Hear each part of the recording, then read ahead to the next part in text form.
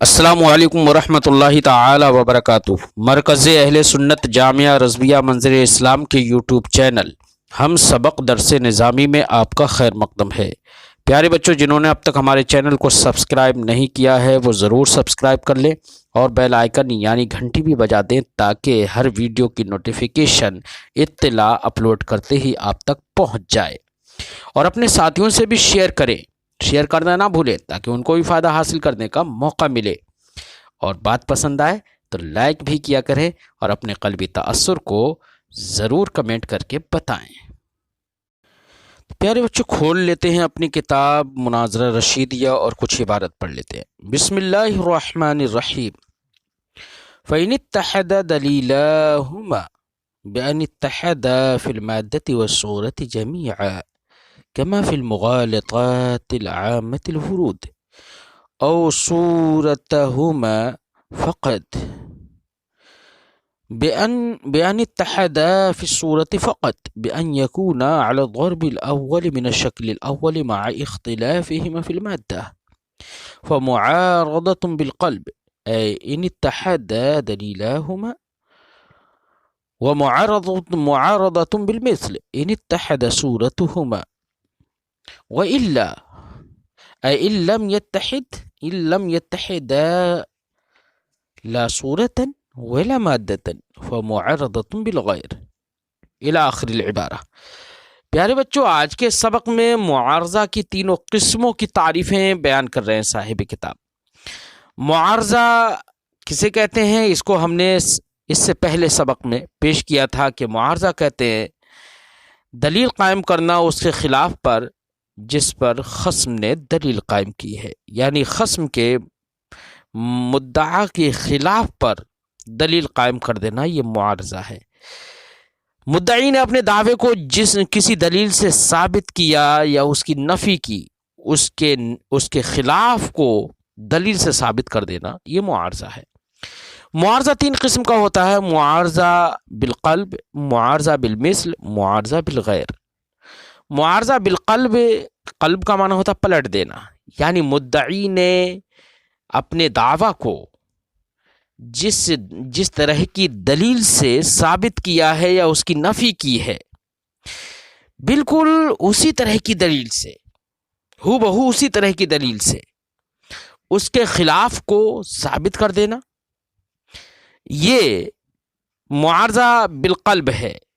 یعنی ایک ہی دلیل سے، یہ سمجھیے، یا ایک ہی طرح کی دلیل سے ہو بہو دو حکم متنافیین ثابت ہو جاتے ہیں تو معاملہ الٹ جاتا ہے، اس لیے اس کو معارضہ بالقلب کہتے ہیں۔ کسے کہتے ہیں معارضہ بالقلب؟ اس کا نام کیوں رکھتے ہیں اس کی وجہ آپ نے سمجھی۔ معارضہ بالقلب کہتے کسے ہیں؟ اگر معلل اور سائل دونوں کی دلیلیں مادہ اور صورت دونوں میں متحد ہوں، مادہ اور صورت دونوں میں متحد ہوں۔ مادہ میں متحد ہونے کا بچوں مطلب یہ ہے کہ دونوں دلیلوں کے لفظ ایک سے ہوں، یعنی دونوں کا صغرا ایک ہو۔ کچھ لوگوں نے کہا ہے کہ دونوں کا حد اوسط ایک ہو۔ بہرحال اگر صغرا ایک ہے دونوں دلیلوں کا یا حد اوسط ایک ہے دونوں دلیلوں کا، تو سمجھیے کہ دونوں دلیلیں متحد فی المادہ ہیں۔ اور صورت میں اتحاد سے مراد یہ ہے کہ معلل کی دلیل جس شکل کی، جس ضرب پر ہو، تو سائل کی دلیل بھی جو اس کے خلاف کو ثابت کر رہا ہے، اس کی دلیل بھی اسی شکل کی، اسی ضرب پر ہو، تو اس کا مطلب ہے کہ دونوں دلیلیں صورت میں متحد ہیں۔ فرماتے ہیں فَإِنِ اتَّحَدَ دَلِيلَاهُمَا، اگر دونوں دلیلیں متحد ہوں، بِأَنِ اتَّحَدَا فِي الْمَادَّةِ وَالصُّورَةِ جَمِيعًا، بین طور کہ دونوں دلیلیں مادہ اور صورت دونوں میں متحد ہوں۔ مادہ میں متحد ہونے کا مطلب سمجھ میں آ گیا، صورت میں بھی متحد ہونے کا مطلب دونوں میں متحد ہوں۔ کما فی المغالطات العامۃ الورود، جیسے کہ مغالطات عامۃ الورود میں دلیلیں اسی طرح کی ہوتی ہیں کہ وہ مادہ اور صورت میں دونوں متحد ہوتی ہیں، تو اسی کا نام معارضہ بالقلب ہے، کیونکہ دونوں صورتیں ایک سی لگتی ہیں، دونوں دلیلیں ایک سی لگتی ہیں۔ تو وہی دلیل ابھی تک مدعی کے پاس جس حکم کو ثابت کر رہی تھی، اب سائل نے اسی دلیل کو اس طریقے سے استعمال کیا کہ وہی دلیل اب سائل کی طرف اس حکم کے خلاف یعنی حکم متنافی کو ثابت کرے گی، تو پلٹ دیا معاملہ، اس لیے اس کو معارضہ بالقلب کہتے ہیں۔ اور صورتہما یا دونوں کی صورت متحد ہو یا دونوں دلیلیں صورتاً متحد ہوں، صرف کس میں؟ صورتاً صرف متحد ہوں۔ صورتاً متحد ہونے کا مطلب کیا ہے بچوں؟ میں نے بتایا صورتاً متحد ہونے کا مطلب یہ ہے کہ دونوں دلیلیں ایک ہی شکل کی ایک ہی ضرب پر ہوں، تو یہ ہے دونوں کے صورتاً متحد ہونے کا مطلب۔ اور مادتاً متحد نہ ہو یعنی یہ دونوں کا صغرا بھی الگ الگ ہو یا دونوں کا حد اوسط الگ الگ ہو۔ فرماتے ہیں اور صورتہما یا دونوں کی صورتیں متحد ہوں، صرف ہونے کا مطلب یعنی مادے میں متحد نہ ہو، بیان اتحدا فی صورت بین طور کہ دونوں دلیلیں صورت میں متحد ہوں، صرف بان یکونا علی الضرب الاول من الشکل الاول بین طور کہ وہ شکل اول کی ضرب اول پر ہوں، مع اختلافہما فی المادہ جبکہ دونوں مادے میں مختلف ہوں، یعنی صورت میں متحد ہوں مادے میں مختلف ہوں، تو اس کا نام ہے معارضہ بالمثل، یعنی صورتاً دونوں متحد ہیں، اس کو معارضہ بالمثل کہتے ہیں۔ فرماتے معارضۃ بالقلب، تو معارضہ بالقلب ہے کب؟ ان اتحدا دلیلہما اگر دونوں کی دلیلیں مادہ اور صورت دونوں میں متحد ہوں تو اس کو معارضہ بالقلب کہتے ہیں۔ وہ معارضۃ بالمثل اور معارضہ بالمثل کہتے ہیں ان اتحدا صورتہما جبکہ دونوں دلیلوں اپنی صورت میں متحد ہوں، تو معارضہ بالمثل ہے۔ وَإِلَّا الا یہ حرف استثناء نہیں ہے بلکہ ان لا کا مخفف ہے۔ وَإِن لا ان لم يتحدا لا صورتاً ولا مادہ، یعنی چوتھی صورت بتا رہے ہیں کہ اگر دونوں کی دلیلیں صورتاً بھی متحد نہ ہوں اور مادتاً بھی متحد نہ ہوں، فمعارضۃ بالغیر، تو اس کو معارضہ بالغیر کہتے ہیں، یعنی معارضہ ایسی دلیل سے ہے جو مدعی کی دلیل کا غیر ہے، کیونکہ اس سائل کی دلیل مدعی کی دلیل سے نہ ہی صورتاً متحد ہے اور نہ ہی مادتاً متحد ہے، تو غیر تو ہو ہی گئی، تو اسی وہی دلیل اس کے خلاف کو ثابت کر رہی ہے، تو یہ معارضہ بالغیر کہلائے گا۔ تو معارضہ کی تین قسمیں ہوئیں، اگر دونوں کی دلیلیں مادتاً اور صورتاً دونوں طرح سے متحد ہوں تو معارضہ بالقلب، اور صورتاً صرف متحد ہوں مادتاً متحد نہ ہوں تو معارضہ بالمثل، اور نہ ہی مادتاً متحد ہوں نہ ہی صورتاً متحد ہوں تو اسے معارضہ بالغیر کہتے ہیں۔ بات سمجھ میں آگئی بچوں؟ یہ تین قسمیں صاحب کتاب نے اب تک بیان کی معارضہ کی۔ آگے صاحب کتاب ایک بات پیش کر رہے ہیں۔ صاحب شرح نے یہاں پر کہا تھا فَإِنِ اتَّحَدَ دَلِيلَاهُمَا اگر دونوں کی دلیلیں متحد ہوں مادہ اور صورت میں ہے تو اس کو معارضہ بالقلب کہتے ہیں۔ تو اس کے آگے صاحب شرح نے کہا تھا کما فی المغالطات العامۃ الورود، جیسے کہ یعنی معارضہ بالقلب کس میں ہوتا ہے یا دونوں دلیلیں متحد ہوتی ہیں کس میں؟ مغالطات عامۃ الورود میں۔ مغالطات عامۃ الورود کہتے کسے ہیں؟ ایک تو یہ سمجھانے کے لیے، دوسرے یہ بتانے کے لیے کہ معارضہ بالقلب مغالطات عامۃ الورود میں ہوتا ہے۔ کہاں پر ہوتا ہے؟ مغالطات عامۃ الورود میں ہوتا ہے، یعنی اس طرح کی دلیلیں معارضہ بالقلب کو جو پیش کیا جاتا ہے، ایسی دلیلیں پیش کی جاتی ہیں کہ جو بظاہر ایسے مقدمات پر مشتمل ہوتی ہیں کہ جن سے لگتا ہے کہ بات بالکل صحیح ثابت ہوتی ہے، وہ مقدمات مسلم بھی ہو جاتے ہیں، لیکن وہاں پر نتیجہ غلط نکل جاتا ہے۔ تو ایسے مغالطات میں تو اس سے کیا ہوتا ہے کہ مد مقابل کو غلط میں اور خطا میں ڈالنا مقصد ہوتا ہے، مغالطہ دینا مقصد ہوتا ہے۔ اس وہاں پر حق ظاہر کرنا مقصود نہیں ہوتا ہے مغالطات عامۃ الورود میں. تو مغالطات عامۃ الورود میں وارد ہوتی ہے معارضہ بالقلب ہوتا ہے. اس کو صاحب شرح مصنف ہی کی شرح سے اور انہی کے حاشیے سے اس بات کو پیش کر رہے ہیں. فرماتے ہیں قال المصنف قدس سرہ فیما نقل عنہ. مصنف قدس سرہ نے اپنے اس حاشیے میں جو انہی سے منقول ہے جس کو حاشیہ منہیہ کہتے ہیں اس میں مصنف نے کہا ہے، کیا کہا ہے؟ المعارضۃ بالقلب توجد فی المغالطات العامۃ الورود، کہ معارضہ بالقلب یہ مغالطات عامۃ الورود میں پایا جاتا ہے. کس میں پایا جاتا ہے؟ مغالطات عامۃ الورود میں پایا جاتا ہے. یعنی ان مغالطات میں جہاں پر ایک دوسرے کو مغالطہ دینا مقصود ہوتا ہے اور عامۃ الورود ہوتے ہیں کہ وہ ایک ہی بات کو یہ بھی ثابت کر دیتا ہے اور اسی بات سے اس کی نقیض بھی ثابت ہو جاتی ہے، تو وہ مغالط اور ہر کوئی اس کو پیش کر سکتا ہے. تو یہ مغالطات عامۃ الورود میں پایا جاتا معارضہ بالقلب کما یقال. تو اس کی ایک مثال دے دے رہے ہیں صاحب شرح مصنف کے حاشیہ سے نقل کر کے. یعنی مصنف نے یہاں پر متن میں تو مغالطہ عامۃ الورود کی مثال نہیں پیش کی ہے، لیکن اپنی شرح میں یا اپنے حاشیے میں اس کی مثال پیش کر دی ہے. صاحب شرح اس کو نقل کر دیتے ہیں. فرماتے ہیں کما یقال، جیسے کہ کہا جاتا ہے المدعا ثابت. دھیان رکھیے کہ جیسے یہاں پر کیسے مغالطات دیا جا رہا ہے. کہا جائے کوئی دعویٰ کرے المدعا ثابت کہ میرا دعویٰ ثابت ہے. دلیل کیا دے مدعا کے ثابت ہونے میں؟ اب مدعا ثابت یہ تو عام بات ہے.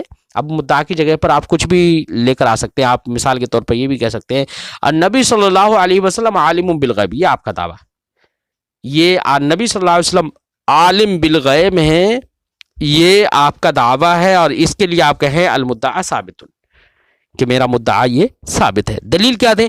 دلیل اس طور سے دیں لأنه لو لم يكن المدعا ثابتا لكان نقيضه ثابتا. کیونکہ اگر مدعا ثابت نہیں ہوگا تو اس کی نقیض ثابت ہوگی. کیا ہوگی؟ نقیض ثابت ہوگی. لگ رہا ہے کہ بالکل ایک دم بات صحیح ہے کہ مدعا اگر ثابت نہیں ہوگا تو اس کی نقیض ثابت ہوگی. ظاہر بات ہے کہ ایک شے ثابت نہیں ہوتی ہے تو اس کی نقیض ثابت ہوتی ہے. اس لیے کہا دلیل میں لأنه لو لم يكن المدعا ثابتا لكان نقيضه ثابتا، کیونکہ اگر مدعا ثابت نہیں ہوگا تو اس کی نقیض ثابت ہوگی. وعلى تقدیر ان يكون نقيضه ثابتا، اور اس تقدیر پر کہ اس کی نقیض ثابت ہو، كان شيء من الاشياء ثابتا، تو اشیاء میں سے کوئی نہ کوئی شے ثابت ہوگی، کچھ نہ کچھ ثابت تو ہوگا، کیونکہ مدعا بھی ایک شے ہے نا. تو جب مدعا کی نقیض بھی ایک شے ہے، تو جب اس کی نقیض ثابت ہوگی تو کچھ نہ کچھ ثابت ضرور ہوگا. اب اس سے کیا سمجھ میں آ گیا؟ فلازمہ من هذه المقدمات، تو ان مقدمات سے لازم آیا یہ شرطیہ کیا؟ ان لم يكن المدعا ثابتا لكان الشيء من الاشیاء ثابتا، کہ اگر مدعا ثابت نہیں ہوگا تو شیء من الاشیاء ثابت ہوگی. اب یہ نتیجہ نکلا نا کہ مدعا اگر ثابت نہیں ہوگا، یہاں پر دیکھیے مدعا کو ثابت کرنا مقصد ہے، تو اس نے نتیجہ کیا نکالا یہاں پر مقدمات سے کہ اگر مدعا ثابت نہیں ہوگا تو شیء من الاشیاء ثابت ہوگی، اور شیء من الاشیاء ثابت ہو، یہ جو نتیجہ نکلا ہے اس نتیجہ کا صدق دیکھنے کے لیے کہ یہ نتیجہ درست ہے، صحیح ہے، اس کو دیکھنے کے لیے اس کا عکس نقیض نکال لیں گے. کیونکہ عکس نقیض نکالنے سے فائدہ یہی ہوتا ہے کہ نتیجہ درست ہے یا نہیں ہے، اس کو سمجھنے کے لیے عکس نقیض نکالتے ہیں کہ عکس نقیض اگر صادق ہے تو اس کا مطلب نتیجہ صادق ہے، اور عکس نقیض اگر کاذب ہے تو اس کا مطلب نتیجہ کاذب ہے. فرماتے ہیں وَيَنْعَكِسُ بِعَكْسِ نقیض، تو اس کی عکس نقیض نکلے گی. کیا یہ نکلے گا عکس نقیض؟ یہ منعکس ہوگا عکس نقیض کے ساتھ اس بات کی طرف ان لم يكن شيء من الاشیاء ثابتا لكان المدعا ثابتا. ظاہر بات ہے عکس نتیجہ تھا ان لم يكن المدعا ثابتا، اگر مدعا ثابت نہیں ہوگا لكان شيء من الاشیاء ثابتا، تو شيء من الاشیاء ثابت ہوگی. یہی تو تھا نا. تو اب یہاں پر تالی کو آپ مقدم بنا دیجئے، مقدم کو آپ تالی بنا دیجئے اور اس کی نقیض نکال لیجئے. تو فرماتے ہیں لہذا اب اس کا عکس نقیض ہوگا اس طور سے ان لم یکن شیء من الاشیاء ثابتا، جو کہ تالی تھا پہلے نا، تو اگر شیء من الاشیاء ثابت نہ ہو تو اس کو اب یہاں پر مقدم بنا دیا ہے نا. تو اور وہ تھا لکان شیء من الاشیاء ثابتا، وہ مثبت تھا، تو اب اس کی نقیض لم یکن شیء من الاشیاء ثابتا کر دی، یعنی مثبت کو منفی کر دیا اور اس کی یعنی نقیض نکال کر ثبوت شیء من الاشیاء کی نقیض ہوگی لا ثبوت شیء، اسی لیے لم یکن شیء من الاشیاء ثابتا یہ اس کا منفی بنا کر اس کی نقیض نکال لی اور اس کو جو پہلے تالی تھا اسے مقدم کر دیا. یہی ہے عکس، مقدم کو تالی کر دینا، تالی کو مقدم کر دینا، یا موضوع کو محمول کر دینا، محمول کو موضوع کر دینا. یہ ہے عکس. اور شے کی نقیض نکال کر عکس کرنا یہ عکس نقیض کہلاتا ہے. تو یہاں پر لکان شیء من الاشیاء ثابتا کی نقیض ہوئی لم یکن شیء من الاشیاء ثابتا، اور اس کو ہم نے مقدم بنا دیا. اب نتیجہ کیا نکلے گا؟ اب عکس نقیض نکالا ہے، ان لم یکن شیء من الاشیاء ثابتا لکان المدعا ثابتا. وہاں پر تھا ان لم یکن المدعا ثابتا، اگر مدعا ثابت نہیں ہوگا تو وہ منفی تھا، تو اس کی نقیض نکال لی لکان المدعا ثابتا، نقیض یہ نقیض نکال لی. وہاں پر لم یکن المدعا ثابتا مقدم تھا، لکان شیء من الاشیاء ثابتا تالی تھا، اب اس کا الٹا کر دیا اور کہہ دیا ان لم یکن شیء من الاشیاء ثابتا لکان المدعا ثابتا. عکس نقیض نکالنے سے فائدہ کیا ہوتا ہے کہ عکس نقیض اگر درست ہوتا ہے تو نتیجہ بھی درست ہوتا ہے. فرماتے ہیں لہذا اس کا عکس نقیض ہوگا ان لم یکن شیء من الاشیاء ثابتا لکان المدعا ثابتا. یہ عکس نقیض نکلا. تم کلام. صاحب شرح فرماتے ہیں کہ یہاں تک مصنف نے حاشیے میں بات کہی تھی، ان کی بات ہو گئی مکمل. اب ہم نے اس گفتگو سے کیا حاصل کیا، کیا نتیجہ نکالا؟ تو فرماتے ہیں وفی قولہ توجد فی المغالطات اشارۃ الی انہا لا توجد فی الدلائل العقلیۃ الصرفہ. بہرحال ابھی وہ بات کی بات ہے کہ شارح نے فرمایا کہ مصنف نے حاشیے میں کہا ہے کہ توجد فی المغالطات العامۃ الورود، کہ معارضہ بالقلب جو ہے وہ مغالطات عامۃ الورود میں پایا جاتا ہے. تو مغالطات عامۃ الورود میں پایا جاتا ہے، اس سے مصنف کے قول سے اشارہ ہے اس بات کی طرف کہ وہ دلائل عقلیہ خالصہ میں نہیں پایا جاتا، کیونکہ دلیل عقلی خالص جو ہوتی ہے وہ اس طرح کے مغالطات کو، اس طرح کی دلیلوں کو قبول نہیں کرتی ہے کہ جو لوگوں کو صرف دھوکے میں ڈالیں اور مفید اور حق کا اظہار نہ کریں. بات سمجھ میں آئی؟ اس لیے اس سے سمجھ میں آ گیا، اشارہ ہو گیا اس بات کی طرف کہ دلائل عقلیہ صرفہ میں وہ نہیں پائی جاتی. اسی لیے مصنف نے شارح فرماتے ہیں ففی قولی، تو مصنف کے قول توجد فی المغالطات اشارۃ، توجد فی المغالطات جو مصنف نے کہا ہے اس میں اشارہ ہے اس بات کی طرف کہ انہا لا توجد فی الدلائل العقلیۃ الصرفہ، کہ وہ دلائل عقلیہ صرفہ خالصہ میں نہیں پایا جاتا ہے. بہرحال اب اوپر دیکھیے آپ، جو ہم نے عکس نقیض نکالا تھا تو عکس نقیض تھا ان لم یکن شیء من الاشیاء ثابتا، اگر کوئی بھی چیز ثابت نہیں ہوگی لکان المدعا ثابتا، تو مدعا ثابت ہوگا. کیا ہوگا؟ مدعا ثابت ہوگا. اب دیکھیے عکس نقیض ہے غلط، کیوں؟ اس لیے کہ مدعا بھی اشیاء میں سے ایک شے تو ہے نا، اور کہا جا رہا ہے کہ اگر کوئی بھی چیز اشیاء میں سے کوئی بھی چیز ثابت نہیں ہوگی تو مدعا ثابت ہوگا. جب کوئی بھی چیز ثابت نہیں ہوگی تو مدعا کیسے ثابت ہو جائے گا؟ کیونکہ وہ بھی تو ایک شے ہے. تو اس لیے یہ عکس نقیض ہے غلط، اور عکس نقیض غلط ہے تو اس کا مطلب نتیجہ جو نکالا تھا اس سے پہلے دلیل دے کر اور کہا تھا ان لم یکن المدعا ثابتا لکان شیء من الاشیاء ثابتا، وہ نتیجہ بھی کیا ہوگا؟ غلط ہوگا. نتیجہ غلط ہو گیا. ان لم یکن المدعا ثابتا لکان شیء من الاشیاء ثابتا، یہ نتیجہ بھی پھر غلط ہوگا کہ مدعا اگر ثابت نہیں ہوگا تو شیء من الاشیاء ثابت ہوگی، یہ نتیجہ بھی غلط ہو گیا. اب جب نتیجہ غلط ہوا تو ایسی صورت میں نتیجہ جب غلط ہوا تو اس کا مطلب یہ ہے کہ ما قبل میں دعویٰ یہ کیا یہ گیا تھا کہ مدعا اگر ثابت نہیں ہوگا تو اس کی نقیض ثابت ہوگی، اور نقیض کے ثابت ہونے کی صورت میں شیء من الاشیاء ثابت ہوگی. تو اس سے یہ بات لازم آئے گی کہ اگر مدعا ثابت نہیں ہوا تو شیء من الاشیاء ثابت ہوگی. تو اب جب یہ نتیجہ جو ہے وہ درست نہیں ہو رہا ہے تو اب اس کی نقیض درست ہوگی، یعنی اس کی نقیض کیا ہوگی؟ یعنی یہ کیوں لازم آیا ان لم یکن المدعا ثابتا لکان شیء من الاشیاء ثابتا؟ یہ کیوں لازم آیا؟ وہ اس لیے لازم آیا کہ ہم نے کہا تھا کہ اگر مدعا ثابت نہیں ہوگا تو نقیض ثابت ہوگی، تو نقیض کے ثابت ماننے کی صورت میں یہ نتیجہ نکلا ہے اور یہ ہے باطل۔ اس کا مطلب یہ ہے کہ نقیض ثابت نہیں ہوئی مدعا کی، تو مدعا کیا ہوگا؟ ثابت ہو جائے گا۔ اس طرح سے ہر ایک مدعا کو، کوئی بھی کیسے بھی مدعا کوئی بھی کسی بھی چیز کا دعویٰ کرے، اس طریقے سے معارضہ بالقلب کے ذریعے سے ہر ایک دعویٰ کو ثابت کیا جا سکتا ہے، حکمین متنافیین کو ثابت کیا جا سکتا ہے اس طریقے سے، تو اسی لیے اس کو مغالطہ عامۃ الورود کہتے ہیں۔ بات سمجھ میں آ گئی بچوں؟ اس لیے کسی بھی دعویٰ کو آپ کر کے اس کو ثابت کر سکتے ہیں اس طریقے سے کہ آپ کہہ سکتے ہیں کہ اگر میری یہ بات ثابت نہ ہو تو اس کی نقیض ثابت ہوگی، اور اگر نقیض ثابت ہو تو نقیض ثابت ہونے کی تقدیر پر شیء من الاشیاء ثابت ہوگی، تو اس سے نتیجہ نکلے گا کہ اگر مدعا ثابت نہیں ہوگا تو شیء من الاشیاء ثابت ہوگی، تو اس کا عکس نقیض نکال کے دیکھ لو اگر سچ ہے، صادق ہے یا نہیں ہے۔ تو اس طریقے سے آپ کسی بھی غلط بات کو بھی آپ ثابت کر سکتے ہیں۔ بات سمجھ میں آ گئی بچوں؟ آگے فرماتے ہیں وقد یقع فی القیاسات الفقہیۃ الایضا، یہ معارضہ بالقلب کبھی کبھی قیاسات فقہیہ میں بھی واقع ہوتا ہے۔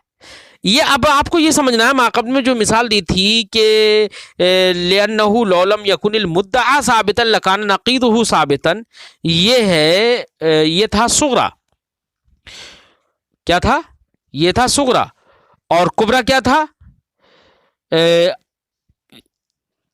کیا ہے کہ کبرا یہ تھا کہ اگر اس کی نقیض ثابت ہوگی تو شیء من الاشیاء ثابت ہوگی، یہ کبرا تھا، سمجھے نہیں؟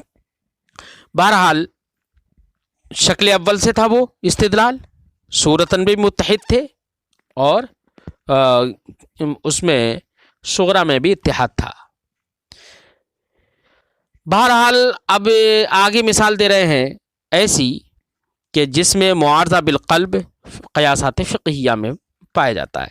فرماتے ہیں کہ معارضہ بالقلب جس طریقے سے مغالطات عامۃ الورود میں پایا جاتا ہے ویسے ہی قیاسات فقہیہ میں بھی پایا جاتا ہے۔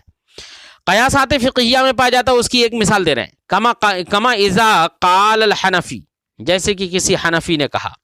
مسئلہ یہ ہے کہ احناف کے نزدیک چوتھائی سر کا مسح کرنا فرض ہے، اور شوافع کے نزدیک اتنا مسح کرنا فرض ہے جس پر مسح کا اطلاق ہو سکے، ایک دو بال پر بھی مسح اگر کر لیا تو ان کے نزدیک فرضیت ادا ہو جائے گی۔ یہ اختلاف ہے اور یہ فقہی اختلاف ہے، تو فرماتے ہیں قیاسات فقہیہ میں یہ معارضہ بالقلب پایا جاتا ہے، واقع ہوتا ہے۔ کیسے کہ کوئی حنفی کہے، کیا ہے دلیل دے، دیکھو دھیان رکھنا، معارضہ بالقلب کرے گا تو معارضہ بالقلب میں یہ دھیان رکھنا کہ مادہ اور صورت دونوں میں دونوں کی دلیلیں متحد ہوں گی۔ جیسے کہ حنفی کہے مسح الراس رکن من ارکان الوضو، مسح راس ارکان وضو میں سے ایک رکن ہے نا، فلا یکفی اقل ما یطلق علیہ اسم المسح، لہذا اس کے اندر کافی نہیں ہوگا کم سے کم وہ جس پر مسح اسم مسح کا اطلاق ہو جائے، کا غسل الوجہ، جیسے کہ غسل وجہ، کہ چہرے کا دھونا وہ ارکان وضو میں سے ایک رکن ہے، اس میں چوتھائی یا جس پر اس میں غسل کا اطلاق جس پر ہو سکے وہ کافی نہیں ہے، ایسی ہی مسح بھی ارکان وضو میں سے ایک رکن ہے، اس میں بھی جس پر مسح کا اطلاق ہو سکے صرف اتنا کافی نہیں ہوگا۔ یہ دلیل دی کس نے؟ حنفی نے۔ تو یہاں پر دیکھیے یہاں پر صغرا اور کبرا کیا تھا؟ صغرا تو یہ تھا کہ اس نے کہا تھا حنفی نے مسح الراس رکن من ارکان الوضو، یہ صغرا تھا، اور کبرا تھا فلا یکفی اقل مما یطلق علیہ اسم المسح، یہ کا غسل الوجہ، یہ کبرا تھا۔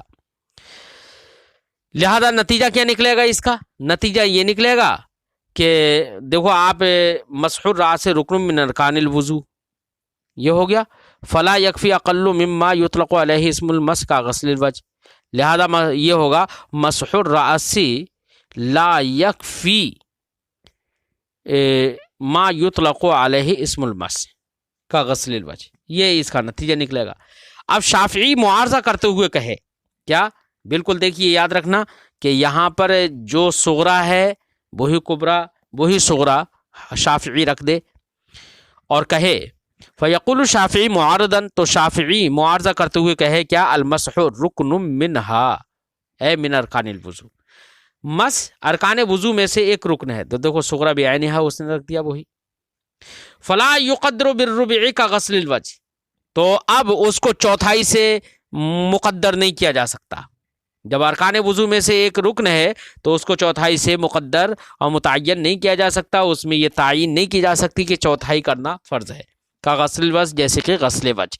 تو جو اس نے دلیل دی تھی حنفی نے بعینی ہی، اس نے وہ دلیل دی اور اس کے خلاف کو حکم کو ثابت کر دیا ہے نا، کہ صغرا میں متحد ہیں اور دونوں شکل اول کی ضرب اول سے ہیں، دونوں دلیلیں. فرماتے ہیں کہ جیسے کہ کوئی شافعی معارضہ کرتے ہوئے کہے المسح رکن منہا، مسح یہ ارکان وضو میں سے ایک رکن ہے، فلا یقدر بالربع، تو رب کے ساتھ رب سے اس کو مقدر و متعین نہیں کیا جا سکتا. کا غسل الوجہ، جیسے کہ غسل وجہ کو، وجہ رکن ہے ارکان وضو میں سے اور اس کو غسل چوتھائی سے مقدر نہیں کیا جا سکتا. بات سمجھ میں آ گئی بچوں؟ یہ ہے معارضہ بالقلب کی مثال قیاسات فقہیہ سے. اور رہا معارضہ بالمثل اور معارضہ بالغیر، اس کی مثالیں انشاءاللہ ہم آئندہ سبق میں پیش کرتے ہیں، بات دراز ہو رہی ہے. السلام علیکم ورحمۃ اللہ تعالی وبرکاتہ.